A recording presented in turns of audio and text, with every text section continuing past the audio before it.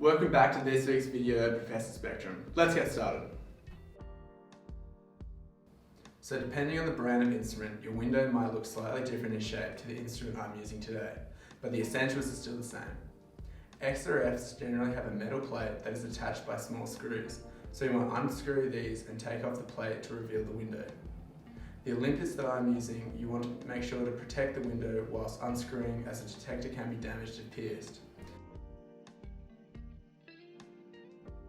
Once you have the window exposed like this, it is crucial not to allow excess dirt inside.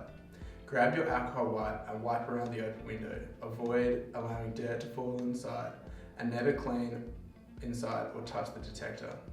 Once the air is dried a bit, grab your new window, screw the metal plate back on, ensuring you're protecting the detector like so. And ta-da, you have a new window. Thanks for watching. We hope you found this video helpful. Remember to like this video and subscribe to our channel. We'll see you soon.